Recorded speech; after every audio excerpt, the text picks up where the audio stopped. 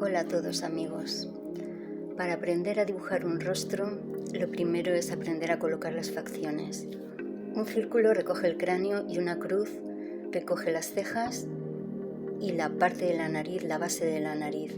Otra línea por debajo va a recoger la posición de los ojos. 5 partes iguales y las 2 líneas de la base de la nariz se prolongan y ahí va a ir la longitud de la boca. La longitud, no la posición. Para conseguir la posición se parten 3 partes iguales desde la base de la nariz a la barbilla. La línea más alta es la posición de la boca. Ya tenemos a grandes rasgos las posiciones de las facciones. Para conseguir la forma exacta, os recomiendo que vayáis haciendo pequeñas formas geométricas. Formas geométricas pequeñas para colocar el iris, formas triangulares para los párpados, para los labios, para la forma de las aletas de la nariz.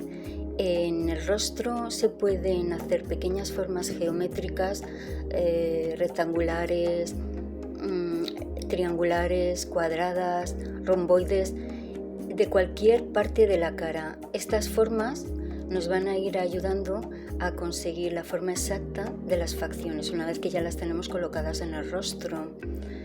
La forma del iris, además la posición del iris. Cuando ya tenemos esto, nos toca el valor tonal. El valor tonal se divide en sombra, luz y media tinta. Las sombras son muy importantes darlas en la medida justa para que no queden ni demasiado oscuras ni demasiado claras. Esto le va a ayudar además a dar el volumen, o sea que también ayuda a dar la forma de la cara, del rostro, de las facciones. Y luego a mí me gusta ayudarme a la hora de dar las luces con un poquito de wax blanco. Le voy dando los brillos en los labios, los ojos, la nariz. Me parece un toque muy, muy bonito. Y bueno, si queréis el curso completo, el tutorial completo, seguidme en Patreon. Hasta aquí el curso.